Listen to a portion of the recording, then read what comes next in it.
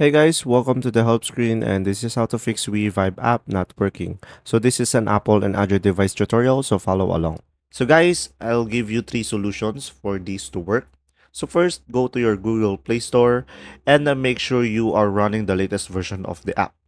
So from here, just search for Wii Vibe. And then guys, from here, when the application have an update, you should be able to see it over here and just make sure you are running the latest version of the app. And guys, the second solution is just go to the settings. And then after that, go to the apps.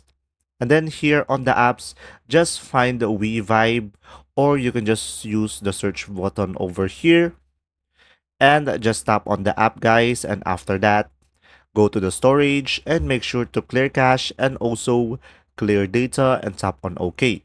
And then from there, guys, you will be able to fix your Wii Vibe application. And guys, if this still doesn't work, all you have to do is reinstall the application. So first, uninstall the app and tap on OK.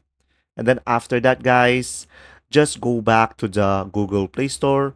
And then from there, just install the application again. And you will be able to fix your Wii Vibe application. And there you go. If this video was helpful, guys, please like and subscribe. And thanks for watching. See ya!